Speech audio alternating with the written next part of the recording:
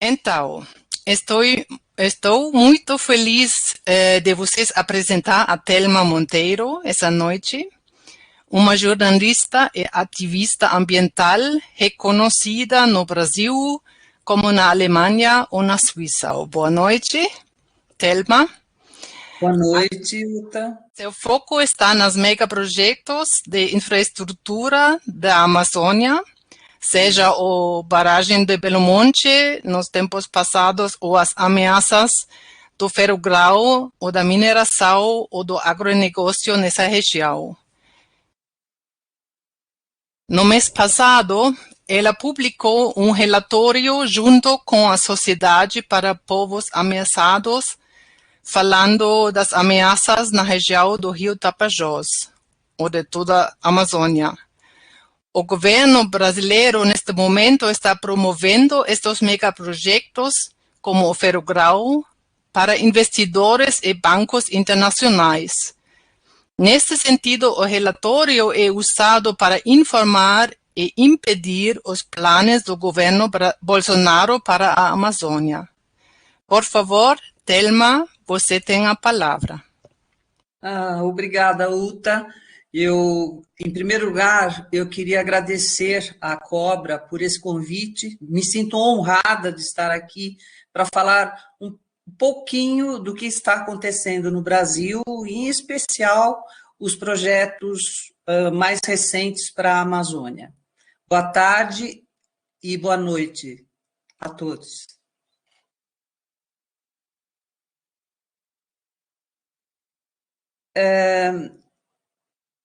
Hoje, na Amazônia, o principal projeto que está em andamento do governo Bolsonaro é uma ferrovia chamada Ferrogrão. Além da Ferrogrão, e como consequência da Ferrogrão, nós podemos listar a mineração e, além disso, nós temos um novo ponto muito crítico, que é a questão da energia elétrica no Brasil. Então, eu vou começar com a Ferrogrão, que eu reputo ser o maior problema hoje, iminente, para a Amazônia.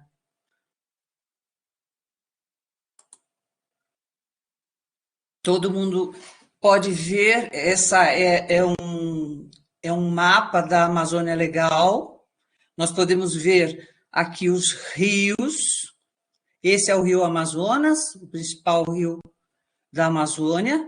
Depois nós temos aqui o Rio Tapajós, que começa, ele é formado pelo Rio Telespires, na divisa com Mato Grosso, e com o Rio Juruena. Os dois juntos formam o Rio Tapajós.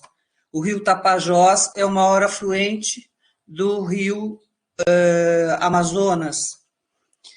É justamente nessa região aqui está o estado do Mato Grosso, aqui está o estado do Pará, estado do Amazonas, é justamente aqui que se projeta a construção da ferrovia chamada Ferrogrão, e que vai acompanhar paralelamente a BR-163, que é uma rodovia que sai de Cuiabá e vai até Santarém. A Ferrogrão, ela vai sair um pouco mais acima, aqui, de Sinop, vai seguir paralela à BR-163 até o porto de Miritituba, aqui no Tapajós. Quem olha todo esse verde bonito não imagina o mosaico maravilhoso que é a Amazônia. Tudo que vocês estão vendo em verde são unidades de conservação, e todas essas áreas rosa são terras indígenas.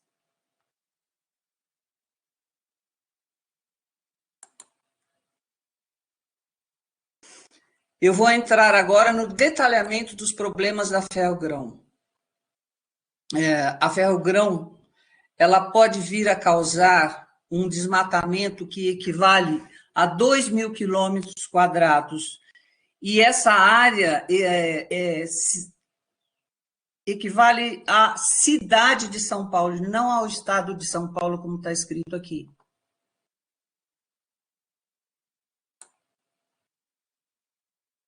Os impactos potenciais da ferrogrão. A ferrogrão, ela deve ter entre 933 quilômetros a 1.010 quilômetros no meio daquele trecho da Amazônia. E ela vai realmente impactar, segundo o Ministério Público Federal do Brasil, 48 territórios dos povos originários. O Ministério Público Federal achou por bem fazer uma representação ao Tribunal de Contas da União. O Tribunal de Contas da União no Brasil, ele analisa um projeto que o governo federal precisa fazer. Mas o Ministério Público Federal achou inúmeras irregularidades no processo de licenciamento da ferrogrão e fez uma representação ao Tribunal de Contas da União para que o Tribunal de Contas da União analisasse e, no momento, suspendesse esse processo. Porque um dos problemas maiores do projeto da ferrogrão é não ter feito antes a consulta livre e informada dos povos originários, porque essa consulta deveria ter sido feita antes do processo ir para o Tribunal de Contas da União. Então, o Ministério Público analisa que houve um desrespeito à Convenção 69 da Organização Internacional do Trabalho e pede para o Tribunal de Contas da União suspender até que os povos indígenas sejam consultados na consulta livre, prévia e informada sobre se querem ou não a construção da ferrogrão. Além disso, existe no Supremo Tribunal Federal uma ação contra a ferrogrão, porque o traçado dessa ferrovia pretende atravessar uma importante unidade de conservação federal, que é a Floresta Nacional do Jamanchim. E essas duas ações, atualmente, estão fazendo com que esse processo da ferrogrão esteja parado até que as decisões sejam tomadas, tanto pelo TCU, como, o mais importante, pelo Supremo Tribunal Federal.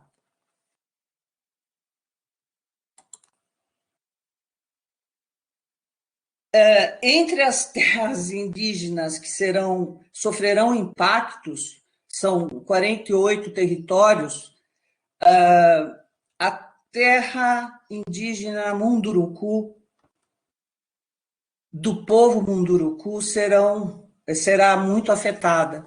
Como vocês podem ver nessa imagem, essa terra já sofre a ação do garimpo ilegal, da mineração e do desmatamento.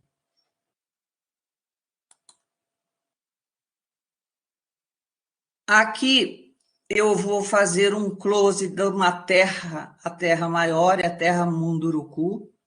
Ela é uma terra regularizada, ela tem restrição total e ela tem 2.381.795 hectares. É uma terra que fica quase na divisa do Mato Grosso e vai até o rio Tapajós.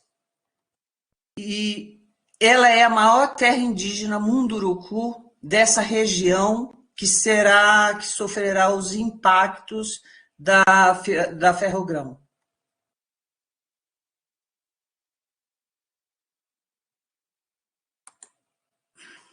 Essa outra terra que sofrerá impactos é a terra indígena Caiapó, que já sofre a ação de desmatamento, de mineração e de garimpo ilegal. Aqui eu tenho outra terra, essa é a terra Caiapó.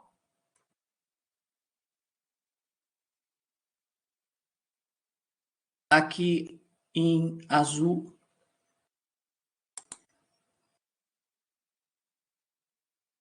Essa é uma foto de um pedaço da terra indígena Baú, que também já está sofrendo a desertificação e o desmatamento.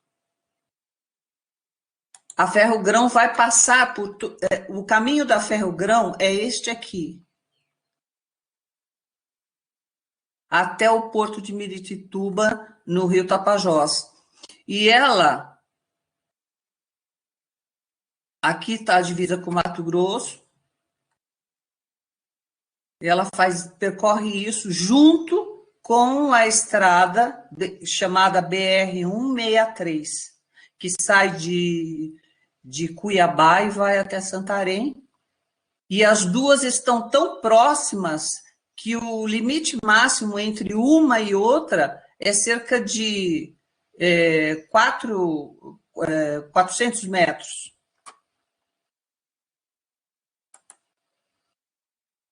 Outra terra indígena que sofrerá impactos, o território indígena, né, que sofrerá impactos é essa terra, Sauê-Muibu. É interessante porque... Espera, Thelma, uma pergunta, porque eu não consigo entender, traduzir se não entendo. Pode voltar um slide para trás? Pois não. Esse que você mostrou, esse é a BR hoje em dia, né? Esse projeto, Isso aqui é a BR hoje em dia. E esses 400 metros são a distância do terra indígena Baú até? Não. O projeto da Ferrogrão vai estar paralelo a essa BR-163, na parte assim, mais distante, 400 metros apenas. Agora entendi, valeu. Ok? Ok, pode seguir, valeu. Essa outra terra também que já sofre a ação do garimpo ilegal, também da mineração e do desmatamento.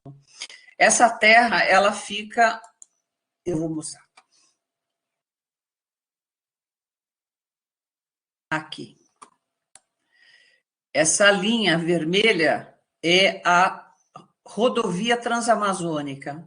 E a terra Muibu, Sauê-Muibu, ela fica aqui, bem na confluência da BR-163 com a Transamazônica.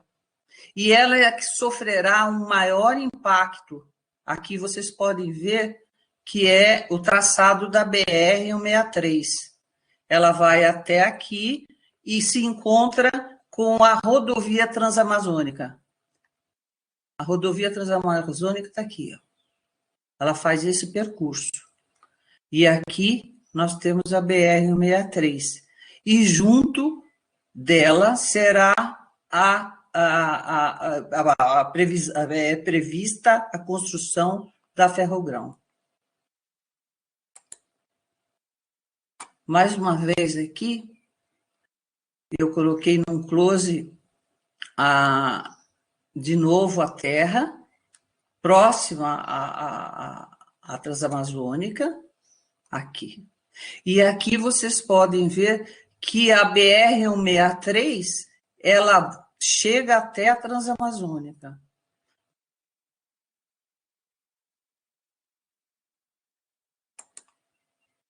Outra terra que sofrerá impacto grande é o povo Arara, da terra indígena Cachoeira Seca.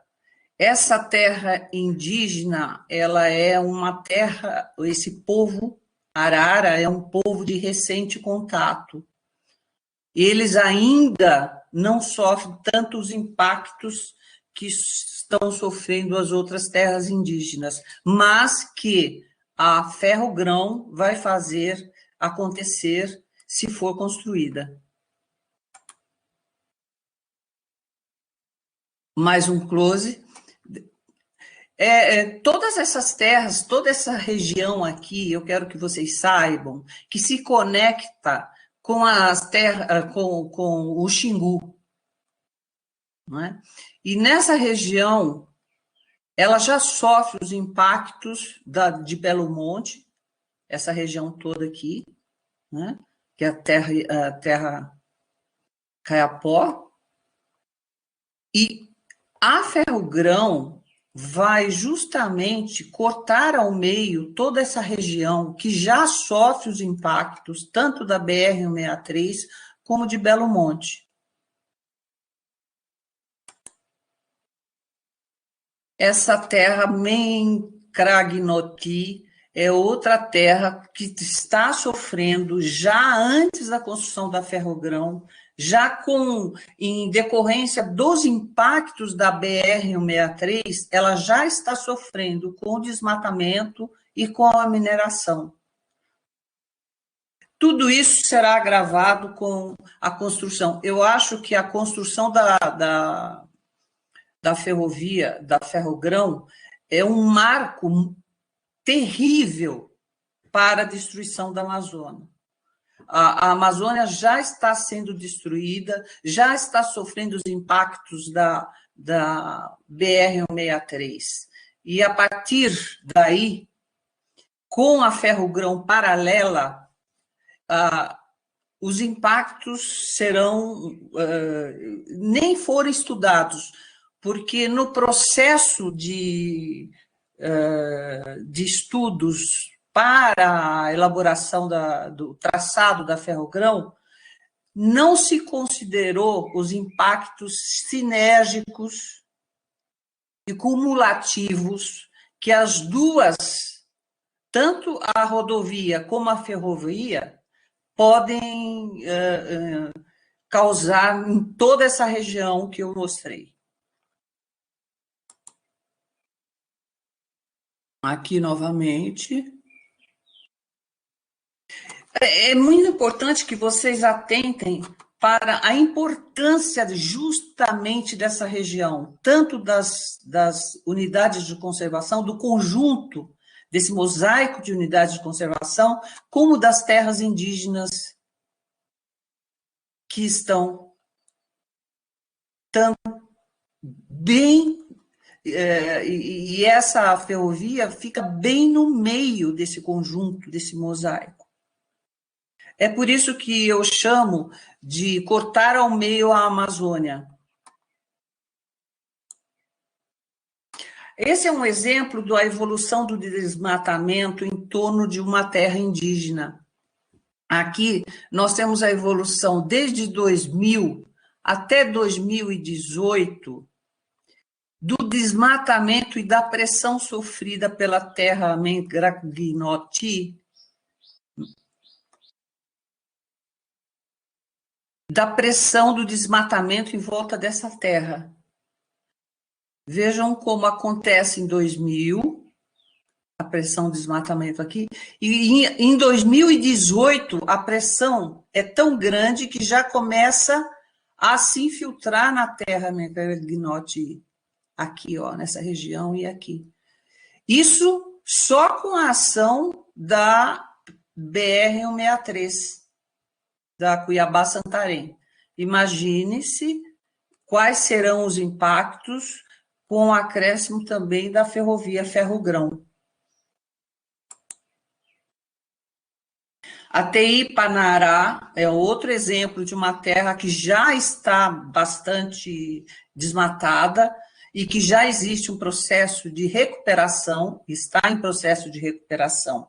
Mas essa recuperação não é uma recuperação para manter a floresta em pé, depois de recuperada. O objetivo desse projeto, neste caso aqui, é fazer um projeto de plantação e de extração de madeira futura para comercializar.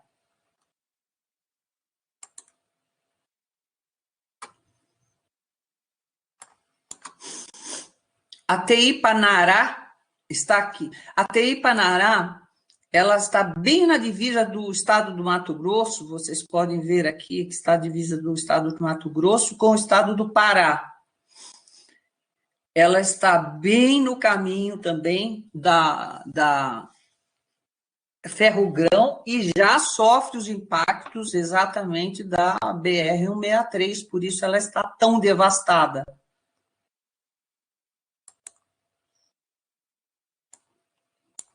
Eu gostaria que vocês olhassem agora esse mapa da Amazônia. Tudo nós estamos vendo as terras indígenas, os territórios indígenas, as unidades de conservação. E aí vem o pior problema que vai se agravar com a Ferrogrão. Isso tudo que se está vendo em azul, eu vou ver se dá um zoom melhor, cada quadradinho desse em azul é um processo, e cada quadradinho em volta das terras indígenas, das unidades de conservação, é um processo minerário. Imaginem quantos processos minerários estão ativos, e são processos minerários ativos, prontos para serem liberados agora no governo Bolsonaro. Todas essas terras indígenas e essas unidades de conservação aqui, elas vão ser pressionadas por todos esses processos minerários que vocês podem ver aqui. A Ferrogrão, na verdade, ela tem o nome de Ferrogrão porque parece que o objetivo de fazer a Ferrogrão é transportar os grãos do norte do Mato Grosso até o porto de Miritituba para exportação, soja, algodão, milho. Mas, na verdade, a Ferrogrão vai servir também para explorar, para escoar a exploração mineral que vai acontecer, né, exatamente nessa região. Observem, observem tudo isso aqui, tudo processo minerário. Essa terra Munduruku já está sendo pressionada pelos processos minerários aqui, ó. Tem uma dúvida dos processos minerários. Essas são, tipo, aplicações de empresas que querem o permisso de fazer a mineração lá, certo? Exatamente. Okay, são empresas que já reservam, né? Já reservam um espaço, de alguma forma, para explorar. Primeiro, eles têm a pesquisa, né, o processo de pesquisa, depois ele tem o processo dentro do DNPM, Departamento Nacional de Mineração, para depois, no final, eles virem Mas eu vou explicar mais adiante como é que isso vai se dar de forma muito mais fácil agora com as novas leis que Bolsonaro... eu gostaria de falar que as áreas impactadas da Ferrogrão são principalmente da bacia hidrográfica do Tapajós. que está dividida em 4 porções muito importantes, porque como o Tapajós nasce da confluência do Rio Juruena com o Rio Telespires, ele, até esse trecho de 170 quilômetros, de onde ele nasce, até a sua porção intermediária. Essa porção intermediária tem 255 quilômetros, que vão de Itaituba, né, no porto, no Rio Tapajós, até a foz do Jamanchim. Tem a porção ajusante de 320 quilômetros, que vai de São Luís do Tapajós até a foz no Rio Amazonas. E outra porção, isso tudo forma a bacia hidrográfica do Tapajós. E a bacia do Rio Jamanchim tem 657 quilômetros, ou 58.607 quilômetros quadrados, que equivalem a 1/3 da bacia do Tapajós. Todo esse conjunto imenso de 764.183 quilômetros quadrados serão afetados diretamente pela ferrogrão.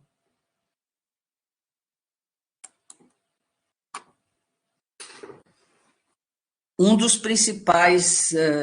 das principais unidades de conservação que será afetada e ainda é de restrição total é o Parque Nacional do Jamanchim. Ele tem 8.598 quilômetros quadrados. São 17 milhões de hectares de áreas protegidas ali. Que a ferrogrão vai atravessar no meio do Parque Nacional do Jamanchim. Aliás, esse é um dos motivos, esse é o principal motivo que o processo da ferrogrão está parado no Supremo Tribunal Federal. A importância desse Parque Nacional é imensurável nesse mosaico. Novamente o mosaico. Aqui eu queria que vocês vissem. O Parque Nacional do Jamanchim está aqui, ó. A ferrogrão vai exatamente passar neste meio. É o que eles chamam de desafetar.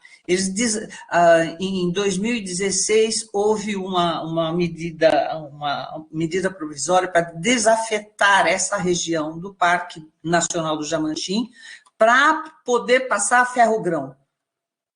A BR-163 já está aqui, ela vai até aqui, a ferrogrão também vai chegar aqui em Miritituba, no porto de Miritituba, para escoamento através da hidrovia, que é do Rio Tapajós, que vai até o Amazonas.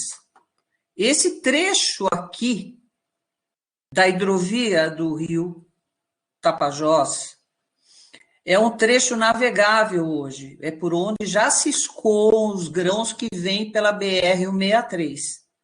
No entanto, o risco maior, nesse caso aqui, é que com a ferrogrão vai ser necessário rebaixar o leito do rio e fazer uma remobilização do mercúrio. Essa remobilização do mercúrio, o leito do rio, esse mercúrio está depositado no leito do rio. E, com isso, para aprofundar o leito do rio, vai ser necessário mexer nesse mercúrio e, com isso, contaminar toda a cadeia alimentar da região. Porque aí nós temos pesca de sobrevivência, nós temos populações tradicionais, povos indígenas, que sobrevivem muito e se alimentam dessa pesca. Já no Alto Tapajós, aqui nessa região, você já encontra indígenas contaminados por mercúrio por causa do garimpo. Esse garimpo o mercúrio vai em todo o rio Tapajós, e nessa parte final do rio Tapajós, que chega na foz, a foz no Amazonas, é a pior parte, onde está depositada a maior quantidade de mercúrio no fundo do rio. Então, é outro impacto que também não foi analisado.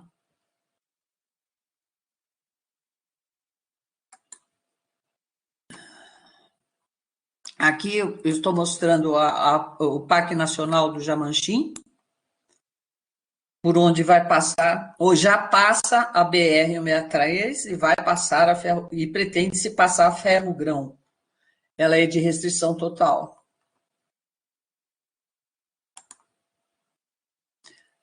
Agora, eu coloquei aqui novamente a Floresta Nacional do Jamanchim, para vocês terem uma ideia do quanto ela está sendo pressionada pelos processos minerários em toda essa região aqui.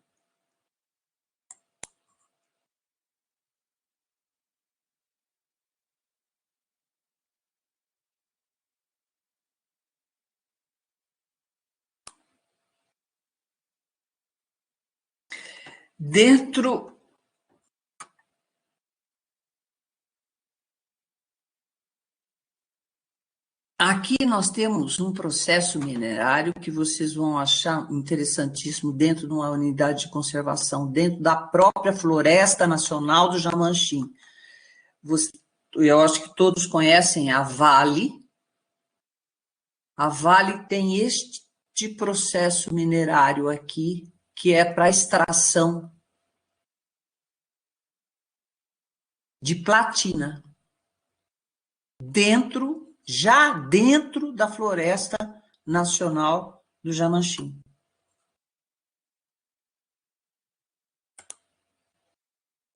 Isso aqui é uma foto aérea de um pedacinho do parque, desculpe, Floresta não, Parque Nacional do Jamanchim, porque nós vamos falar da Floresta Nacional do Jamanchim. No momento, esse é o Parque Nacional do Jamanchim, que é a unidade de conservação mais importante desse mosaico que nós vimos. Aqui está. Aqui está, ferro-grão. Aqui está o parque. Mais uma vez mostrando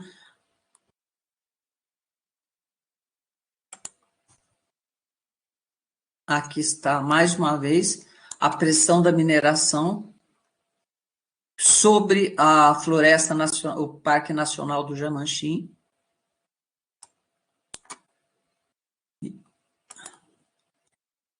Agora nós falamos do Parque Nacional do Jamanchim, agora nós vamos falar da Floresta Nacional do Jamanchim, que está tomada por pesquisas minerárias e autorização de lavra, e ela tem, a floresta tem 13.017 quilômetros quadrados. Vejam agora aqui, essa é a Floresta Nacional do Jamanchim, totalmente tomada por processos minerários. Aqui está. 1.301.697 hectares de terra totalmente tomado por processos minerários. Qual seria o motivo, além do transporte de grãos do Mato Grosso, de se construir a ferro-grão, que não seja fazer com que todas essas áreas de processos minerários sejam exploradas e o minério escoado pela ferro-grão? Esse é um motivo mais que importante para se pensar em construir a ferro-grão, para escoamento da mineração, além dos grãos do Mato Grosso.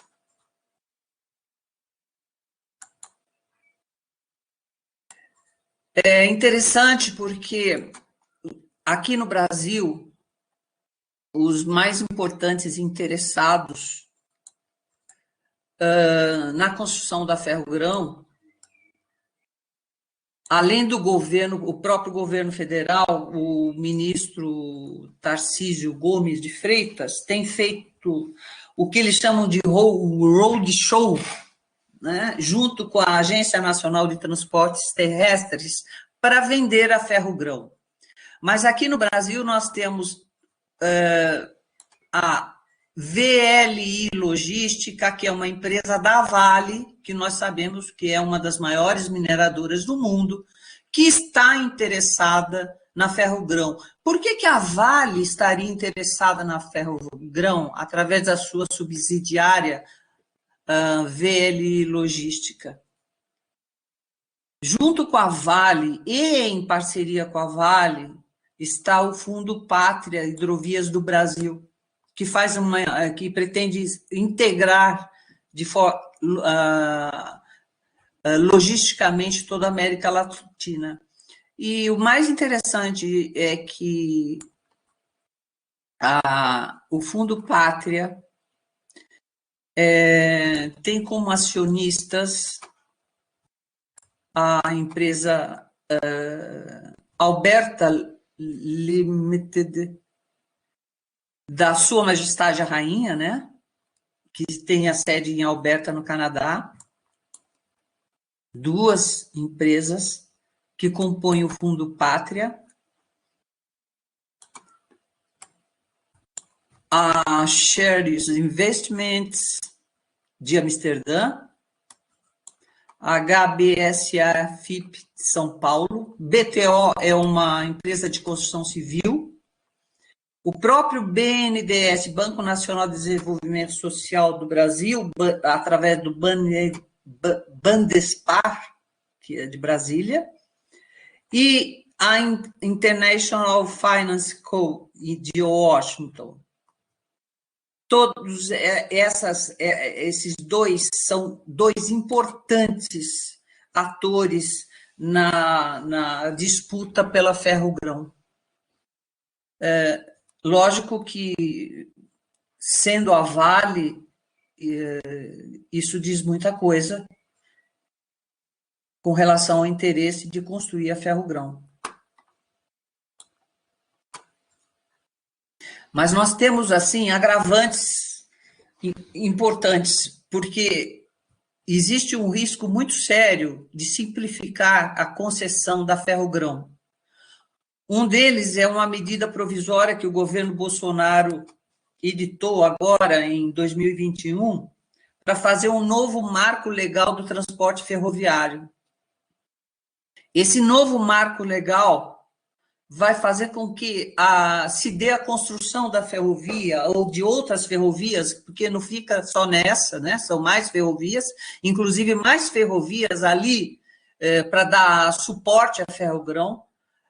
E essa medida provisória do governo Bolsonaro é para simplificar a autorização de construção da Ferrogrão, sem que precise passar pela licenciamento hoje, como é feito, licenciamento ambiental principalmente. Então, em vez de licitação, nós teríamos uma concessão, como se dá nos outros setores do Brasil, como de telecomunicações, portuário e aeroportuário.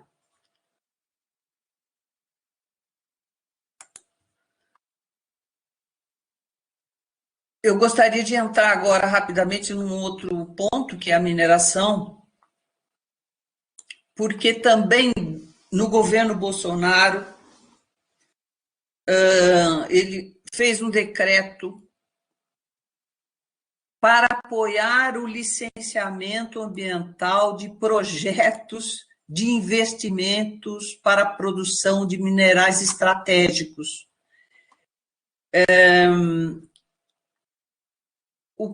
Simplificando, ele fez um decreto que determina que os minerais estratégicos, considerados estratégicos para o Brasil, sejam facilmente liberados pela legislação ambiental vigente no Brasil.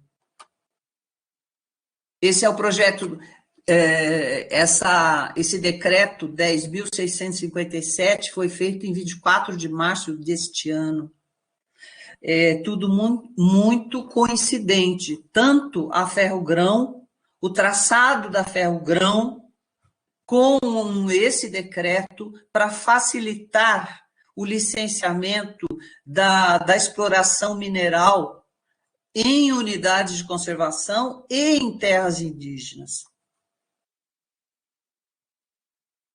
Esses minerais considerados estratégicos pelo governo federal, ele classificou em 3 tipos de minerais estratégicos: os bens minerais que dependem de importação, que são geralmente todos aqueles como fertilizantes, todos os fertilizantes, enxofre, minério de fosfato; os bens minerais que têm importância porque a sua aplicação é em produtos de alta tecnologia, e classificou como bens minerais que eles têm vantagens comparativas na balança comercial do país. Entre eles, a gente pode ver o minério de urânio.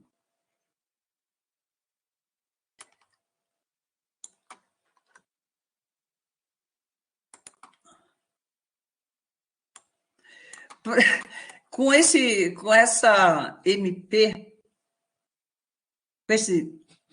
o governo Bolsonaro criou também um comitê. Esse comitê, o principal objetivo desse comitê é, entre aspas, criar um diálogo entre a necessidade de licenciar os projetos minerários e os órgãos que deveriam licenciar ambientalmente. Então, o que nós vamos ter é a portas fechadas com as tratativas para facilitar o licenciamento dos projetos minerários na Amazônia. Para isso, eles criaram até um comitê chamado, é um nome grande, Comitê Interministerial de Análise de Projetos Minerais Estratégicos.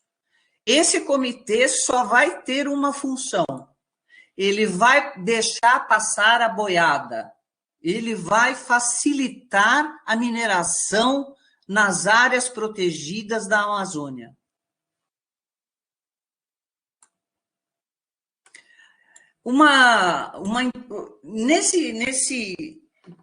Vocês estão vendo aqui o mapa do Brasil inteiro, e essa região aqui é justamente a Amazônia de que nós estamos tratando. Aqui, justamente onde eu estou com o mouse, é justamente o caminho.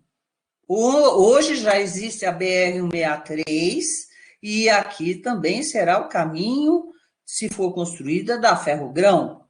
E aqui se encontra a província mineral do Tapajós. A província mineral do Tapajós, para terem uma ideia, é a maior província mineral do mundo.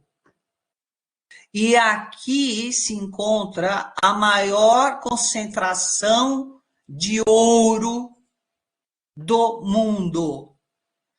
Então, nós temos 3 coisas importantes para ressaltar neste momento. Primeiro, a facilitação da exploração mineral nesta região da Ferrogrão e da BR-163. E a coincidência de ser a maior província mineral do mundo.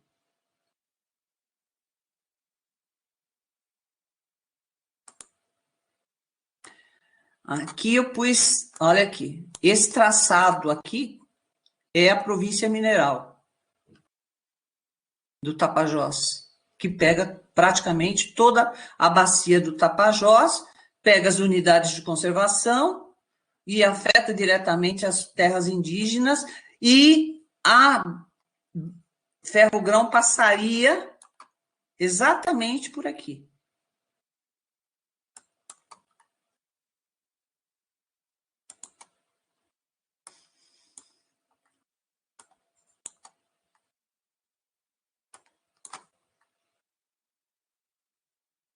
Aqui, mais uma vez, o Parque Nacional do Jamanchim.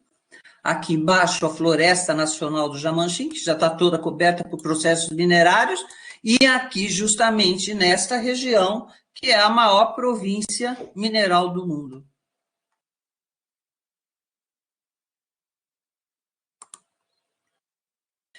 Bom, deixando um pouquinho de lado a mineração e a ferrogrão, mas que estão intrinsecamente ligadas, nós temos, coincidentemente, a privatização da Eletrobras.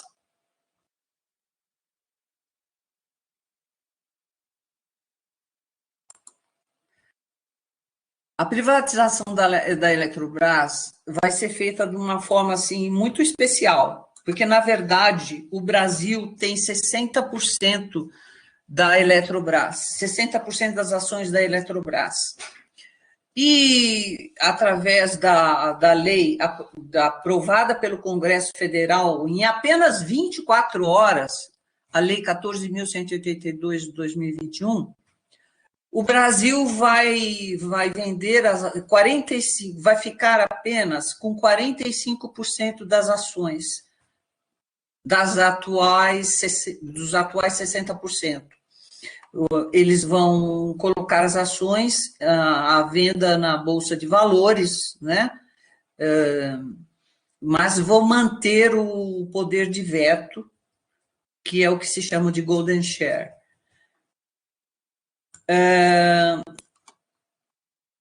Nós estamos tendo um problema agora, só abrindo parênteses, no Brasil, com uma seca muito grande. As grandes hidrelétricas, como o Belo Monte, por exemplo, praticamente não estão gerando energia, porque o regime de fluxo de água nos rios diminuiu muito por causa da seca, que é a maior em 90 anos.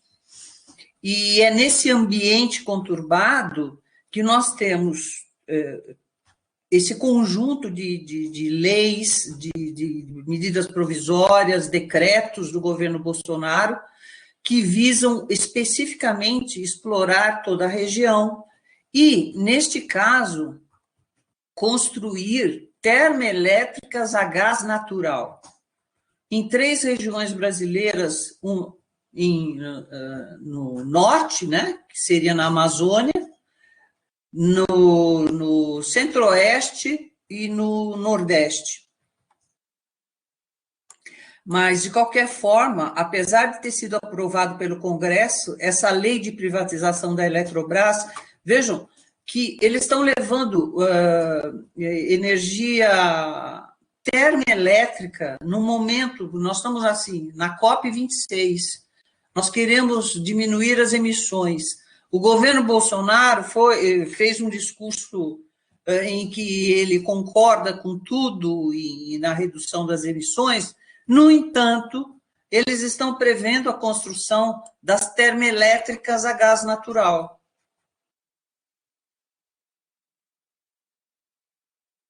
E sabemos que uma conta feita que obriga a construção, a geração de 8 gigawatts de energia termoelétrica a gás natural, essa conta dá mais ou menos um acréscimo de 25% de emissões de gases de efeito estufa. Isso também na Amazônia.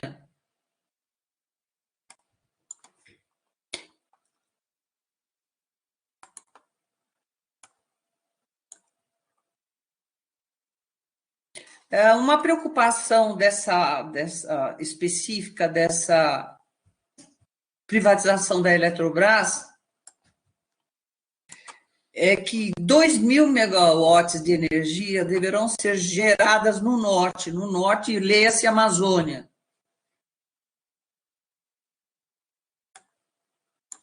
E pretende-se usar o gás natural que tem reservas comprovadas na Amazônia.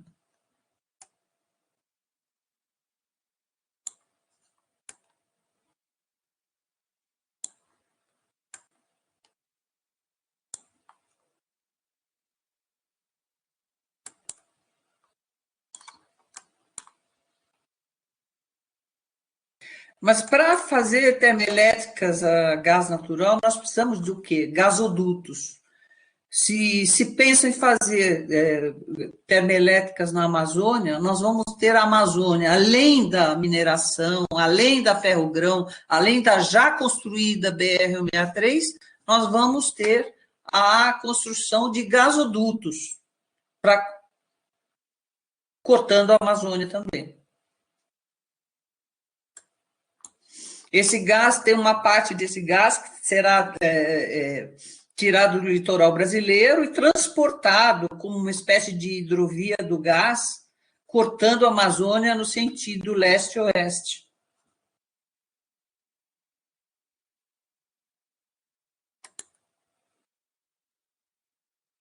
Nós sabemos perfeitamente que as termoelétricas a gás natural, ao invés de investimentos em eólicas, em energias limpas, né, eólicas, solares, os parlamentares, em consonância com o presidente Jair Bolsonaro, optaram por construir termoelétricas. O pior é que essas termoelétricas serão construídas em locais remotos. Eles criaram um documento em que as termoelétricas têm que ser em locais remotos, porque tem que fazer gasoduto para suprir uma grande construtora que é especializada em gasodutos.